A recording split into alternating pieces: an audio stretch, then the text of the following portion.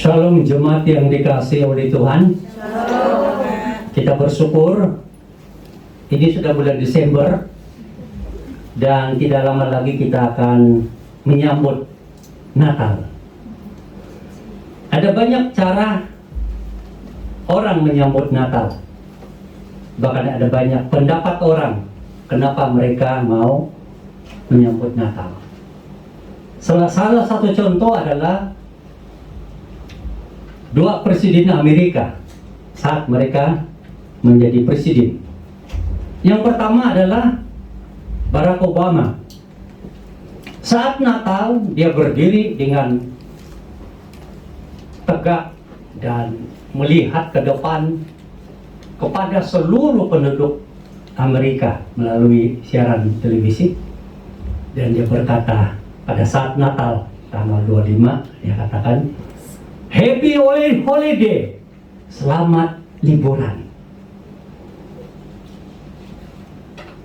Pasti orang Amerika juga mungkin sebagian besar di Eropa sangat senang dengan kata-kata menyambut Natal sebagai hari liburan. Hari liburan semata-mata. Dari sini kita dapat melihat bahwa dalam pikiran orang-orang yang mengatakan Natal itu liburan, mereka hanya mau bersuka-suka dan ramai-ramai dan melakukan apa saja yang mereka sukai. Jadi tidak ada bedanya dengan apapun bentuk perayaan di dunia ini. Sangat menyedihkan. Memang kalau negara sudah mulai hancur kerohaniannya, sudah mulai tidak percaya kepada Tuhan, itulah kata-kata yang paling muncul.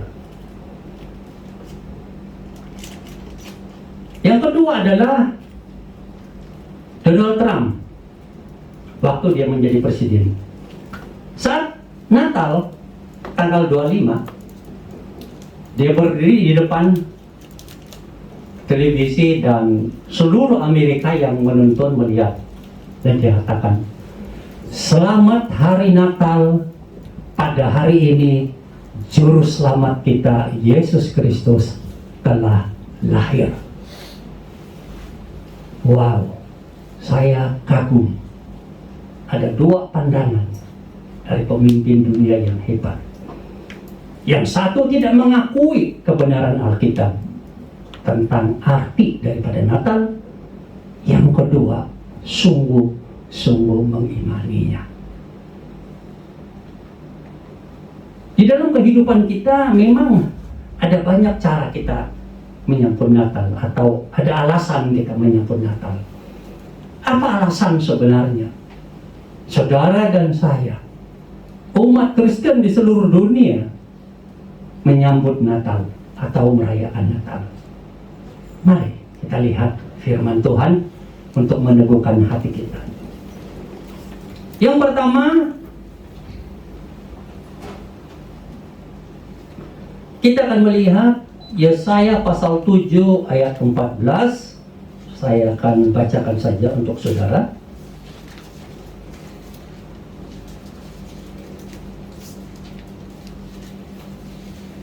Sebab itu Tuhan sendirilah yang akan memberikan kepadamu suatu petanda. Sesungguhnya seorang perempuan muda mengandung dan akan melahirkan seorang anak laki-laki, dan ia akan menamakan dia Immanuel. Ribuan tahun sebelum Yesus lahir ke dalam dunia, Tuhan sudah berjanji bahwa akan ada seorang yang akan lahir menjadi Immanuel, atau dalam bahasa yang lain, Tuhan masih memperhatikan kita. Tuhan masih ada di tengah-tengah kita dengan memberikan Yesus. Yang kedua, kita akan melihat dalam kitab Matius. Kita akan membaca ayat 18 hingga ayat yang ke-25. Matius pasal 1 ayat 18 hingga ayat yang ke-25. Firman Tuhan berbunyi demikian. Kelahiran Yesus Kristus adalah seperti berikut. Pada waktu Maria ibunya bertunangan dengan Yusuf, ternyata ia mengandung dari Roh Kudus sebelum mereka hidup sebagai suami istri. Karena Yusuf suaminya seorang yang tulus hati dan tidak mau mencemarkan nama istrinya di muka umum, ia bermaksud menceraikannya dengan diam-diam. Tetapi ketika ia mempertimbangkan maksud itu, malaikat Tuhan nampak kepadanya dalam mimpi dan berkata, "Yusuf, anak Daud, janganlah engkau takut mengambil Maria sebagai istrimu, sebab anak yang di dalam kandungannya adalah dari Roh Kudus atau dari Roh Allah. Ia akan melahirkan anak laki-laki dan engkau akan menamakan dia Yesus, karena dialah yang akan menyelamatkan umatnya dari dosa mereka." Hal itu terjadi supaya genaplah yang difirmankan Tuhan oleh Nabi. Sesungguhnya anak darah itu akan mengandung dan melahirkan seorang anak laki-laki, dan mereka akan menamakan dia Immanuel, yang berarti Allah menyertai kita. Sesudah bangun dari tidurnya, Yusuf berbuat seperti yang diperintahkan malaikat itu kepadanya, lalu mengambil Maria sebagai istrinya, tetapi tidak bersetubuh dengan dia sampai ia melahirkan anaknya laki-laki, dan Yusuf menamakan dia Yesus.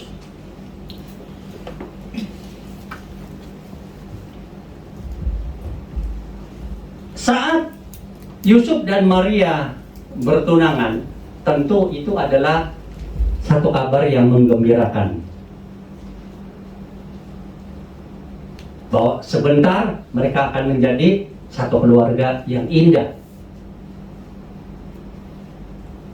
Tetapi sebelum bersatu sebagai suami istri, Yusuf mendapat kabar bahwa Maria mengandung.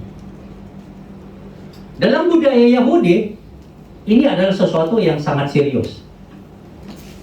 Sesiapa yang mengandung berarti dia sudah berzina tanpa suami, dan akan langsung dihukum bunuh,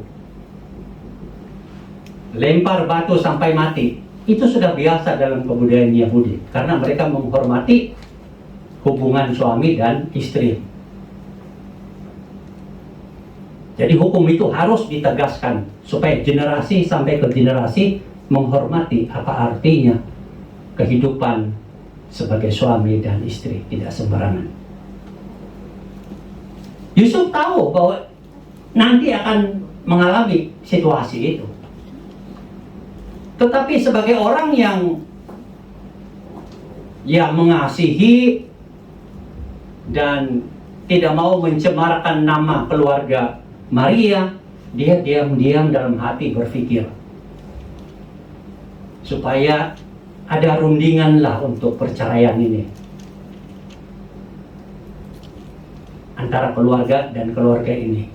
Jangan masyarakat tahu. Kalau masyarakat tahu, pasti mati, dilempar batu sampai mati. Nah, saat malam dia tidur, karena mungkin besok atau lusa dia akan bertemu keluarga Maria, malaikat itu datang kepada dia dan berbicara kepada dia. Malaikat ini adalah utusan Tuhan dari surga, datang ke dunia khusus untuk berbicara kepada Yusuf. Walaupun itu hanya dalam mimpi, tapi itu utusan Tuhan. Ada Tuhan di balik semuanya. Dan malaikat itu memberikan apa? Satu perintah yang juga merupakan perintah dari Tuhan. Kamu jangan takut ambil Maria menjadi istrimu. Karena anak yang di dalam kandungannya itu dari Roh Allah, dari Roh Kudus. Dan dia akan melahirkan seorang anak laki-laki yang nanti akan mengampuni dosa umatnya. Dan engkau akan menamakan dia Yesus atau juga Immanuel, sebagai tanda bahwa Allah masih ada di tengah-tengah kita. Buktinya Kristus atau bayi ini lahir menyelamatkan kita. Inilah alasan yang paling penting kenapa kita merayakan Natal. Apa yang dikatakan oleh malaikat? Bahwa anak itu datang untuk mengampuni dosa manusia, atau dalam kalau katakan di sini adalah ia akan melahirkan anak laki-laki dan engkau akan menamakan dia Yesus karena dialah yang akan menyelamatkan umatnya dari dosa mereka. Orang sekarang ini tidak terlalu berpikir tentang dosa. Malah ada yang merasa tidak berdosa. Begitu hati itu sudah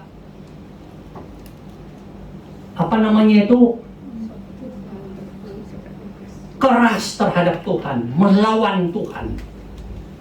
Mungkin di pikirannya masih dia sadar ada Tuhan, atau di nuraninya sadar ada Tuhan. Tetapi dia mengeraskan hatinya untuk percaya. Dia mengeraskan hatinya untuk mendengar apa yang diajarkan oleh Tuhan. Sehingga dia justru melembutkan hatinya untuk terus-menerus berbuat dosa. Jadi dosalah sesungguhnya yang menjadi masalah terbesar umat manusia. Saudara masih ingat Adam dan Hawa jatuh di dalam dosa. Mereka disingkirkan dari Taman Eden dan terpisahlah hubungan manusia dengan Allah. Jadi yang memisahkan manusia dari Allah itu adalah dosa. Dan kita adalah keturunan Adam dan Hawa, keturunan orang berdosa. DNA kita adalah orang berdosa. Tidak bisa dipisahkan. Jadi saat Adam dan Hawa berdosa, seluruh keturunannya juga ternoda oleh dosa. Seperti saudara, kalau saudara adalah dari keluarga orang Jawa, kelahiran anak-anak saudara itu ada darah Jawanya. Walaupun dia tinggal di Amerika, menikah dengan orang Amerika, kalau dicek-cek loh kok ada DNA orang Jawa. Karena memang dari sana tidak bisa terlepas. Jadi berbicara tentang keturunan orang berdosa ini, kita sampai saat ini sebaik apapun penampilan kita, wajah kita, perilaku kita, kepribadian kita, sebaik apapun kita mau menolong orang lain dalam banyak kebutuhan mereka, sepertinya kita di semacam malaikat begitu, kita tetap orang berdosa. Dan dosa inilah alasan kenapa Yesus harus datang ke dalam dunia ini. Dosa inilah alasan kenapa ada hari Natal. Makanya pada hari ini juru selamat kita lahir. Juru selamat apa? Menyelamatkan kita dari hukuman atas dosa yang kita miliki. Jadi saat saudara dan saya sebagai orang berdosa, seperti yang firman Tuhan katakan dalam Roma pasal 3 ayat 23, karena semua orang telah berbuat dosa dan telah hilang kemuliaan Allah. Yang namanya manusia masih di dalam kandungan kah? Marta thank you.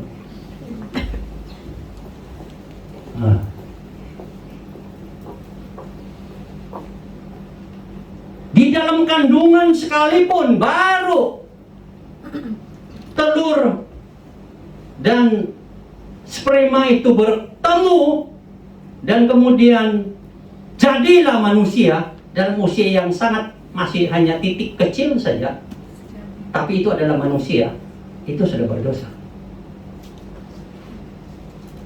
Tidak ada bayi yang suci, tidak ada bayi yang tidak berdosa, karena diturunkan sebagai manusia berdosa.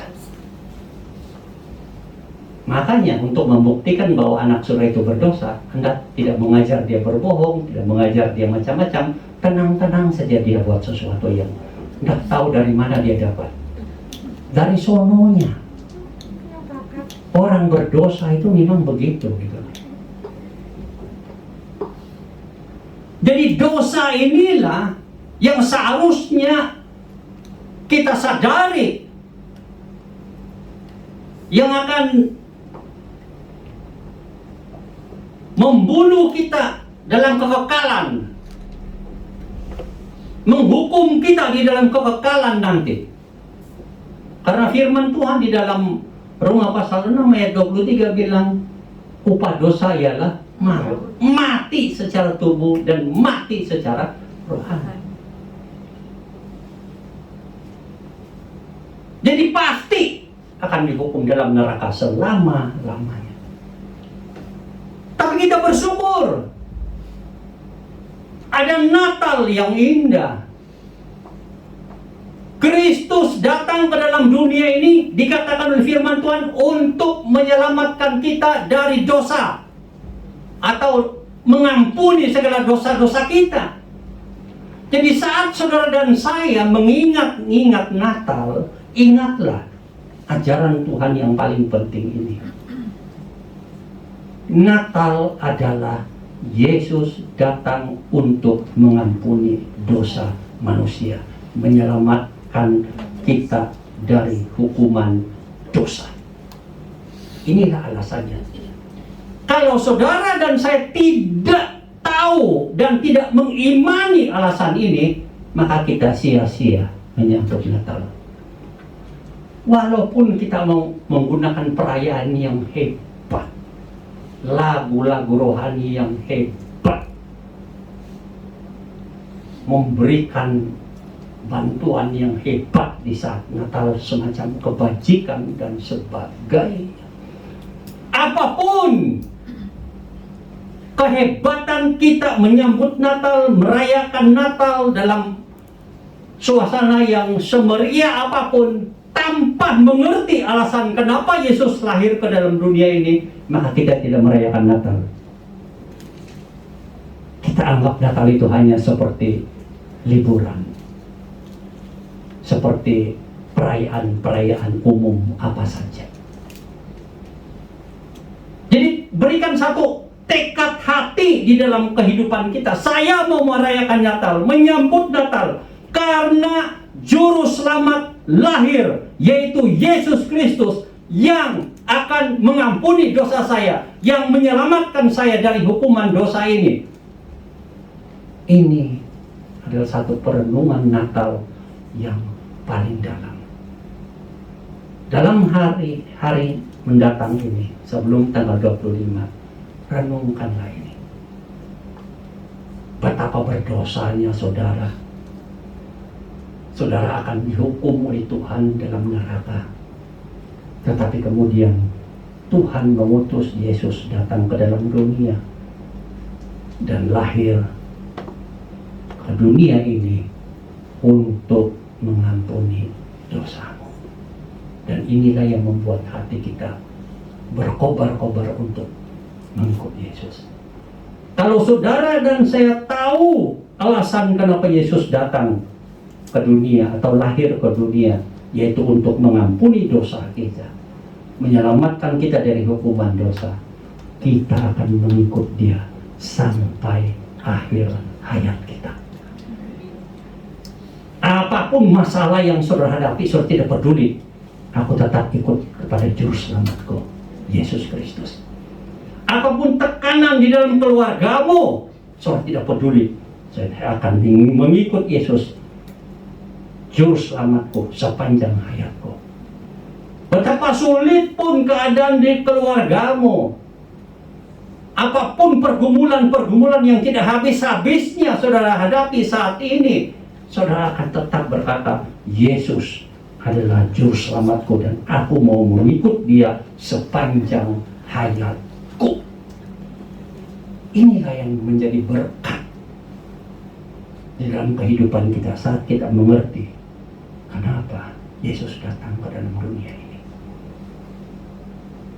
Bukan itu saja, kita akan berjuang sekuat tenaga kita, segala bakat karunia yang kita miliki, untuk terus mengenal Tuhan dengan lebih dalam, mengenal ajaran-ajarannya dengan lebih dalam. Mungkin ada jatuh bangunnya, tapi kita tetap berjalan sampai kepada puncak kemuliaan bersama dengan Tuhan di surga nanti. Kita semakin mau belajar bagaimana menolong kerohanian kita bertumbuh dengan lebih baik. Kita tidak akan mengatakan, ya sudahlah, nggak perlulah serius sama Tuhan, tidak perlulah sungguh-sungguh, dikit-dikitlah begitu. Bukan begitu. Kalau kita tahu bahwa hanya Yesus yang sudah mengampuni dosa kita, yang menyelamatkan kita dari hukuman neraka itu, maka kita akan diberikan motivasi yang kuat untuk membangun kerohanian kita lebih dalam dan lebih dalam. Kita tidak mau hanya mengerti sedikit saja di dalam ajaran Tuhan, atau kerohanian kita biasa-biasa saja. Kita tidak mau seperti itu, karena ada alasan kenapa kita mau menumbuhkan kerohanian kita dengan pertolongan Tuhan. Karena Yesuslah yang sudah datang mengampuni dan menyelamatkan kita. Saat Kristus ini kita percayai, kita imani, kita terima, masuk ke dalam hati kita, kita akan dimeteraikan menjadi milik Tuhan selama-lamanya. Dan meterai itu adalah tertulis, dosamu sudah diampuni. Engkau terlepas, terhindar dari hukuman neraka. Engkau adalah anak-anak Allah. Amin. Amin. Mari kita berdoa.